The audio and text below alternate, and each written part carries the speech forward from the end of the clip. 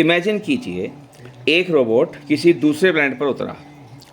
उसने लोकेशन देखने की कोशिश की, लेकिन जीपीएस नहीं।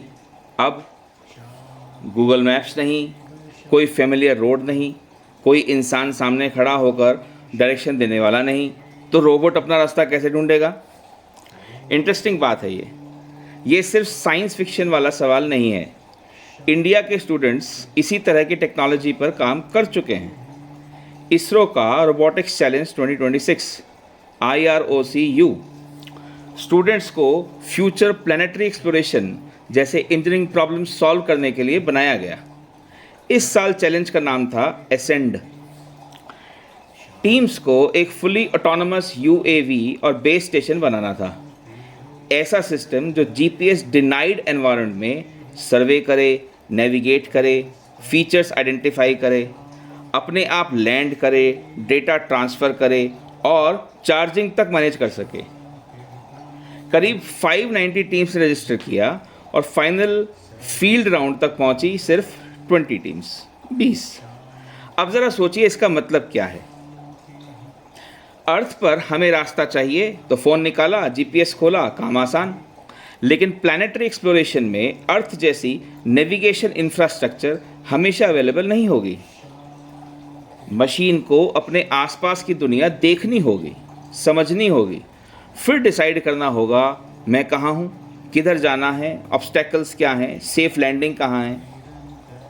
और यही जगह है जहाँ टेक्नोलॉजीज़ एक दूसरे से मिलने लगती हैं। Robotics, AI, computer vision, autonomous navigation, sensors.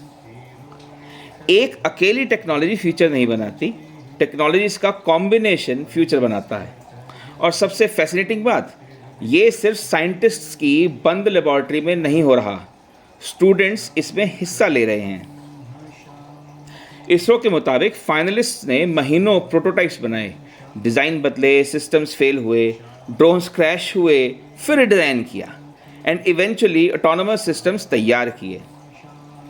तो अब 2083 से रिलेटेड ONS सवाल, अगर 2026 में स्टूडेंट्स जीपीएस के बिना ऑटोनमस नेविगेशन सॉल्व कर रहे हैं, तो 2083 का एक्सप्लोरेशन रोबोट कैसा होगा? क्या एक रोबोट जाएगा या हंड्रेड्स ऑफ स्मॉल रोबोट्स एक स्वॉर्म में? क्या वे आपस में बात करेंगे?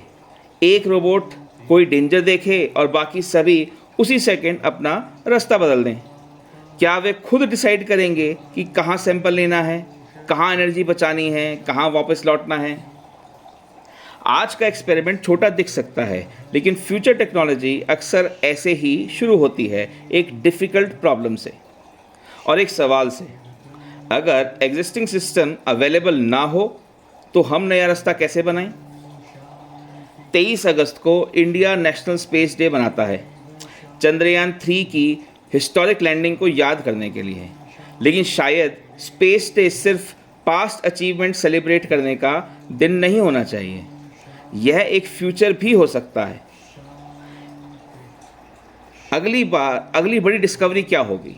और शायद उससे भी इंटरेस्टिंग सवाल हो सकता है, उसे बनाने वाला आज किस क्लासरूम में बैठा है? तो कल फिर मिलेंगे एक और करंट और इंटरेस्टिंग कहानी के साथ।